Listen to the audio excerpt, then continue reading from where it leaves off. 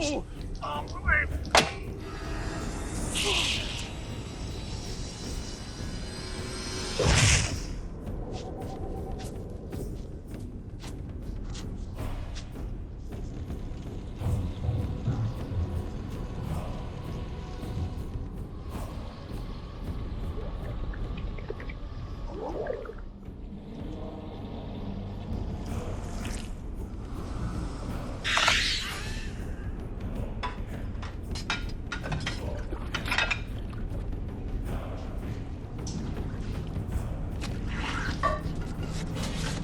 Here, I'll get that.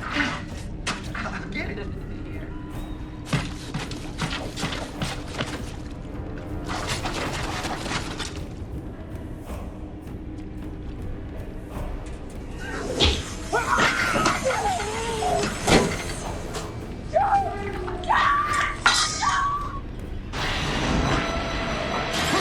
Frank, come on!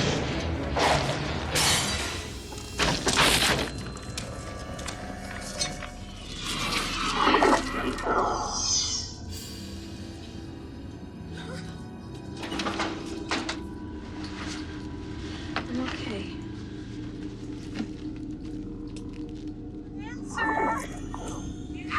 Your call cannot be completed as dialed.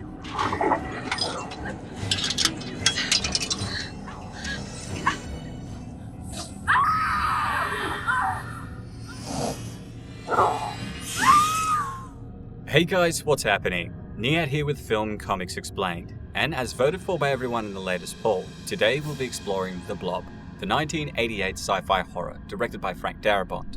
Starring Kevin Dillon, Shawnee Smith, Paul McCrane and Joe Seneca, it follows inhabitants of the small town of Arborville who must contend with a gelatinous amoeba-like organism that begins assimilating all life it came across, growing in size with each human it consumed. With time running out and a shady government agency involved in the cleanup, a number of teenagers uncover a conspiracy that puts their lives in greater danger. Written during the paranoia of the Cold War, the Blob is in essence a biological entity that represented America's fear of communism. And just like the foreign ideology that threatened the stability of the American way of life, so too did the Blob, which consumed Americans and transformed them into a gelatinous mass that had lost their individuality. Opening with a number of creepy and silent shots of the town appearing empty and lifeless, foreshadowing the carnage to come, we're introduced to the modest would-be ski town, nestled at the base of a mountain. The skewed angles make us feel uncomfortable until we find out that everyone is actually watching the local football game. Friends Paul and Scott are sitting on the bench, waiting to go back in, when Paul begins watching the head cheerleader go through her routine. Noticing his attention, Meg smiles towards him, but he looks away embarrassed. Scott encourages him to ask her out, leading to Paul defensively saying that he would do so when the time is right. Unfortunately for him, when the offensive line jumped back in, despite making a spectacular catch, he's squashed onto a table by a number of players on the opposing team. Although he gets the wind knocked out of him, setting his priorities straight, he finally asks Meg out when she comes to check on him. At the same time, local bad boy Brian Flagg eases back into the worn seat of his rebuilt 1958 Indian motorcycle. Hearing the distant cheering of the football crowd, the 17-year-old revs his bike and proceeds towards a ruined bridge, hoping to clear the jump like a top G. Unbeknownst to him, a grizzled old man that lives in the woods with his dog is watching him make the attempt. But when he accelerates, he opens the throttle wide and the bike begins to sputter before losing speed, causing him to brake before sliding down the side and landing in a crumpled heap. Hearing the clapping of the old man, he looks up to see him pick up Brian's discarded beer can as if it were a great prize, before walking away. Heading over to the diner, we meet Sheriff Herb Geller, who is also trying his best to set up a date with Fran, the waitress. Herb tells her that it looked like the game was putting her out of business, but Fran assures him that they'll be screaming their heads off looking for food very shortly. We also learn that the off-season has been rough, with barely any tourists making their way into Arborville. Takes people's minds off the trouble. It's been a lean year for most folks. Ski season's about to start. There'll be tourists. It's here that Herb mentions there's a new band playing at the Tin Palace that night, before asking if she liked country music. Flustered that the sheriff was asking her out, Fran tells him that she'll be working late and will be unable to make it. However, when Herb gracefully bows out and gets up to leave as a horde of students descend on the diner, he checks the receipt she gave him to find a message saying that she'd be off at 11. It might be the off-season, but my man Herb is on tonight. Jumping off an old pickup truck that gave him a ride into town, Brian spots the sheriff and tries to hide, but Herb follows him around the corner and gives him a dire warning about consequences for bad decision-making, saying, Well, I hear you have a birthday coming up. No more juvie hall, right? Now, you mess up now, you're in the majors. With his bike needing some work, Brian heads over to Moss's repair shop, hoping to borrow some tools. You look like hell. It's a fashion statement, man. The statement them clothes got to make is I look like hell. Moss tells him the summit is forcing him to overhaul a number of vehicles, including snowmakers, by Monday, and that he can't afford to let go of equipment. But when Brian agrees to help over the weekend, the good man lets him take a few tools. There's 12 sockets in that set. 12. And they better all be there when I get it back. Thanks a lot, boss. Over in the forest, the old man is organizing his cans into a large collection when something falls from the sky, nearly taking him out. Running off to investigate the object with his dog, he's bathed in an eerie light as he approaches a large crater. Wavering between cowardice and curiosity, when his dog wisely runs away, he leans in closer to find a charred rock with weird red material inside. Submitting an application for a Darwin Award, he decides to poke it with a stick, causing the gooey substance to cling to the stick and make its way down, eventually taking hold of his hand. We then cut to the local pharmacy, where Scott has convinced Paul to lend him some money for protection. As the delinquent places his order to the pharmacist, the man is about to kick him out when he sees the preacher and gets a better idea. Haven't seen you at the Sunday services lately. Oh, You want yeah, the well, ribbed I...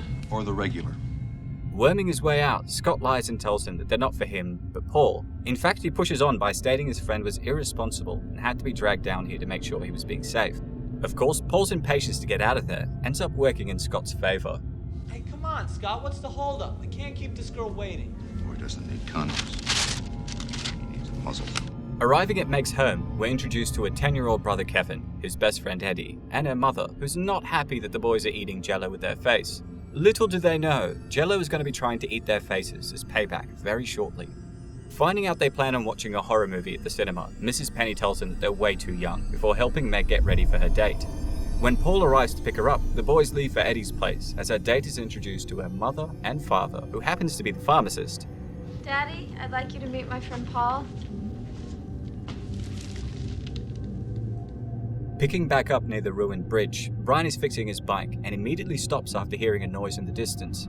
Using his headlight, he scours the area and encounters the old man, who's trying to hack his hand off and remove the weird substance.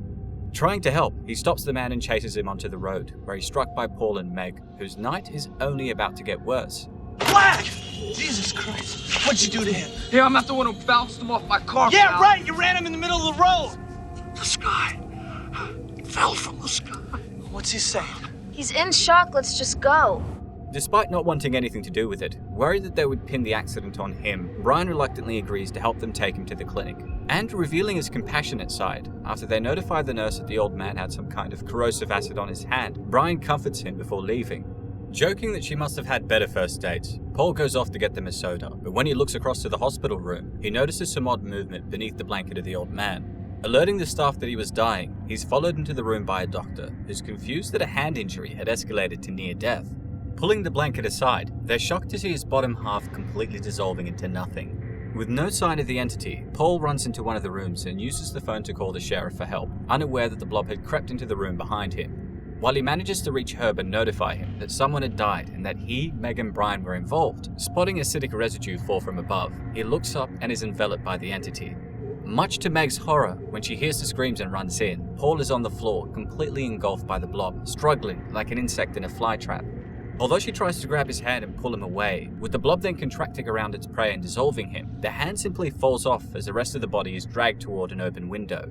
Despite the massive emergency response, with the entity gone, nobody believes Meg when she explains what happened. And so, after her parents take the girl home, the cops begin searching for what was left of Paul, before arresting Brian for suspicion of murder. Over at the Ridge, Scott has taken Vicky to Lover's Lane, a secluded spot where teens are known to do silly things. Instead of being a gentleman or displaying any measure of game, his aim is to get her drunk to lower her resistance, but Karma is slowly sliming towards him.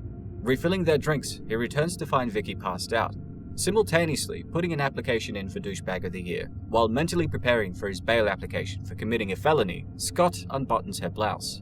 Unfortunately for him, when he reaches in, something grabs hold of him, and as her body begins to collapse inward due to disintegration, slimy gelatinous tentacles begin to envelop Scott and pull him into his doom. Over in Meg's bedroom, the distraught girl can overhear her parents unfairly blaming Flag for the death, despite her insistence that he had nothing to do with it. I want to know what had happened out there tonight. Whatever it was, even that Flag kid was behind it. It's about time they nailed that little psychopath. Although they give her something to calm down and sleep, with nobody believing her story and wanting to uncover the truth, Meg spits the pill out and sneaks out the window. Leaving Scott's car, the Blob then enters a nearby drain on the hill overlooking the small town, indicating it was after more biomatter to consume. Importantly, it also displays a level of intelligence in this pursuit, using stealth and hunting tactics to corner and attack all prey that it encounters. Of course, we then pick up with Brian Flagg cuffed to a chair in the police station. Look at him. He's too stupid to know how much trouble he's in. Why don't you wise up? I told you everything. I'm getting tired of hearing myself talk. While they thought he was definitely the guy, with the bizarre nature of the remains that were found at the hospital, no physical evidence linking him to the crime, and the boy also refusing to talk without a lawyer, Herb tells the impetuous Bill to let him go. No motive, no evidence, didn't get a drop of blood on him. Hell, Flagg's a punk, but he's no killer. I think it's a mistake. As Brian exits the station, who should arrive to bail him out but Meg, who desperately wants to talk to him. While appreciative of the thought, given there was nobody but probably Moss that would ever consider helping him, all he wants to do is eat and go home. Telling her he was sorry about her boyfriend, he leaves and heads into the diner, just as they were closing. Although the grill is shut down, Fran kindly offers to make him a sandwich as Meg runs in. Annoyed that she's chasing after him when nobody had ever wanted to talk to him in the past, he tries to get her to leave him be. But Meg is persistent, explaining the thing on the old man's hand had killed him and Paul, and grown in size. Having not seen this, Brian gives her the same look of confusion and disbelief everyone else displayed when she tried to tell them about Paul's demise. Furious, she storms off, but after calming her down, Brian gives her half of his sandwich. Having not eaten in some time, and finally in the company of someone that is at least willing to listen, she begins to relax, enabling them to come up with a plan. Unbelievable. No, it's just I've never heard you say the word shit before. What was that like for you? After hours of searching for Paul in the marshy fields with only one deputy and 6 volunteers, the sheriff is forced to call the search off and redirect their attention to patrolling the streets for a killer.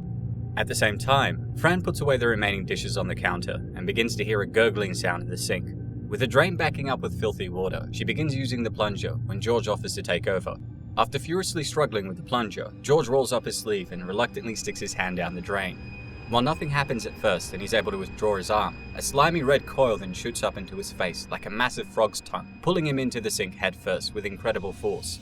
As she comes back into the kitchen, Fran sees his entire body get dragged down the pipe in the kind of horrific style that only 80s practical effects can deliver. Shooting out of the sink, the pulsating blob then pursues Meg and Brian into the freezer as Fran jumped out of the window. Importantly, despite being able to slip through the bottom of the fridge, the blob showcases a vulnerability to extreme cold, something the pair are going to use to their advantage down the line. However, Fran is not so lucky. Jumping into a nearby phone booth instead of running away, she's slowly enveloped by the gelatinous terror while trying to call the sheriff, who, much to her shock, is revealed to have already been consumed. Realizing that nobody was coming to save her, Fran tries her best to stop the blob from getting in, but is ultimately crushed to death. As Reverend Mika heads towards his church, he catches sight of the blob slowly oozing into the drain and becomes enraptured by the revelation. Believing it to be a sign from God, he cautiously enters a damaged diner and follows the trail of destruction to the freezer. Spotting the frozen crystallized remains of the blob, he places them in a jar. Returning to the police station, Meg and Brian are informed that Deputy Briggs went to the meteor landing site, and when they find his patrol car abandoned on the road, they cautiously head into the woods. Much to their surprise, before they can reach the site, they're ambushed by a covert military operation led by a scientist named Dr. Meadows, who explains they're a biological containment team sent by the government. Biological containment? We're microbe hunters, young lady. Revealing they were about to quarantine the entire town, they explained the crater was the source of their worries, essentially what the doctor describes as a troublesome little souvenir from space, a contaminated meteorite. Suggesting that the dinosaurs were wiped out because the meteor that fell had alien bacteria for which they had no natural immunity, he posits the thing they're dealing with might be a plague. It's something I've expected and prepared for all my life. While not being completely honest, he isn't joking. He and his group have been doing things for quite some time that can only be described as diabolically sus. After hearing their description of the blob and how they saw it attack its prey, the scientist thanks them for their help before forcing them into the back of a van at gunpoint to join the quarantine. By this stage, we know that the red amorphous mass of goo appeared to have basic intelligence akin to instinct and was just beginning its journey of domination. The blob also appeared to have incredible resistance to damage, with electricity, pressure, and even weapons fire having very little effect. The only thing that seemed to cause it harm was extreme cold, which affected the organism at a molecular level, preventing it from metabolizing, and we see it shying away from cold temperatures on numerous occasions. Annoyed that their liberties had been taken away, Brian unlocks the door and jumps out alone, with Meg choosing to take the free ride into town. Finding her parents waiting in line and learning that the boys had snuck out of the house to watch a movie, Meg runs off looking for them. Much of anything, bub. You want a coffee break? Hey, look, mister. Don't look, Mr. Me. I'm a taxpayer. I pay your salary. Now, what are you going to do about finding my son? Hot girls are to death. Trying to watch it. Meanwhile, at the theater filled with people watching Garden Tool Massacre, the Blob begins its rampage, consuming the projectionist and his manager before assimilating everyone that was trapped in the theater. Running up against the wave of people trying to escape, Meg enters to see the horrific sight of dozens of people slowly being consumed by gelatinous acidification. Locating the boys, Meg guides them out the back door and into a sewer, but the Blob continues to follow them. At the same time, having gone back into the woods to recover his bike, Brian sees the military pull a satellite out of the crater, revealing they were responsible for this outbreak. Theorizing space would have a mutating effect on bacteria, they sent a petri dish of infection into orbit, and their experimental virus grew into a plasmic lifeform, a predator that hunted prey. Brian also learns that everybody wasn't on board with the experiment, or the reckless way they were dealing with the lifeform, with many concerned about its geometric growth rate. This will put U.S. defense years ahead of the Russians. At this rate, by next week there may be no U.S. Realizing they were prioritizing the preservation of the lifeform over the inhabitants of Arborville, and overhearing that Meg, Kevin, and Eddie were trapped in the sewers along with the Blob, the rebel finally finds his cause. After fighting one of the soldiers like a gigachad and jumping on his bike, he's pursued by the containment team, who were ordered to execute him by Dr. Meadows. Despite getting shot at from all sides, Brian is able to make it across the bridge and drive into the sewer undetected. Picking back up below the town, we find Meg, Eddie, and Kevin continuing to flee from the Blob. Meg is able to help Kevin scale the pipe, but as she begins lifting Eddie, the amorphous mass grabs onto him and begins the assimilation. Telling her brother to squeeze through the tiny grate, Meg is saved by Brian, who uses unmatched perspicacity and skill to drive them out of a dead end. Finding an injured soldier, they help him to one of the exit points, but as they begin climbing up the ladder, knowing that Brian would reveal their deception to the world, Meadows orders the men to close the lid and cover the entrance with a van. Luckily for the group, Brian uses a rocket launcher the soldier was conveniently carrying to blow the lid off, literally and figuratively. Exiting the sewer with Meg and the injured soldier, Brian confronts Meadows with a rifle and tells the town the entire operation was a lie.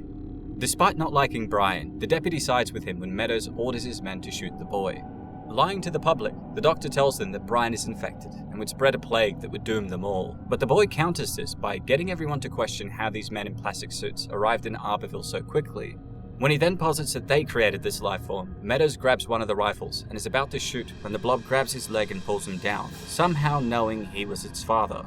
Relieved to see him go, the rest of the men begin firing into the tunnel before throwing explosive charges down to obliterate the entity. Of course, this only tickles the Blob, which then erupts in a massive explosion of slimy fury. Proceeding to feast on everyone that got in its way, the Blob follows the mass evacuation towards the town hall, showing no remorse. And believing this to be a biblical event, the Reverend walks towards it, proclaiming this is the beginning of the prophesied end of the world. When a failed flamethrower attack on the Blob sets him ablaze, Meg saves him with a fire extinguisher and notices the entity back away, reinforcing the notion that it cannot stand the cold. Although the remaining survivors make it inside the hole and barricade themselves in, with the military defensive doing nothing to hold it back, Brian goes to the town's garage and gets a snowmaker that has canisters of liquid nitrogen attached. As the Blob is about to devour Meg and her family, Flag begins shooting snow at the creature, causing the angered Blob to knock him over. And noticing the entity was surging towards Brian, Meg gains some courage and lures it towards the canisters that she rigged with an explosive charge. Despite getting her foot snagged between two pieces of metal, Brian regains consciousness and frees her. With the charge going off, releasing the canisters, the entity is smothered with liquid nitrogen, instantly freezing it into its crystallized form. Deducing that heat would melt the Blob, Moss cleverly suggested they immediately haul away the remains to the ice house. But although we think that they contained the Blob, we then cut to the final scene of a church service, where the injured reverend preaches a doomsday sermon. Asked when the time of reckoning would come, he holds up a glass jar containing a fragment of the Blob and says the Lord would soon give him a sign, indicating he now planned on releasing the mutative slime onto the world. Who shall be lifted up to rapture when the judgment trump blows? None but the faithful. Well, that's all for today, folks. A huge thanks to everyone that requested we cover the Blob. Don't forget to hit like and subscribe to stay up to date on all my content, and if there's anything else you'd like to request, please don't hesitate to ask. As always, it's been a pleasure. Niyat here with Film Comics Explained. Thanks for stopping by.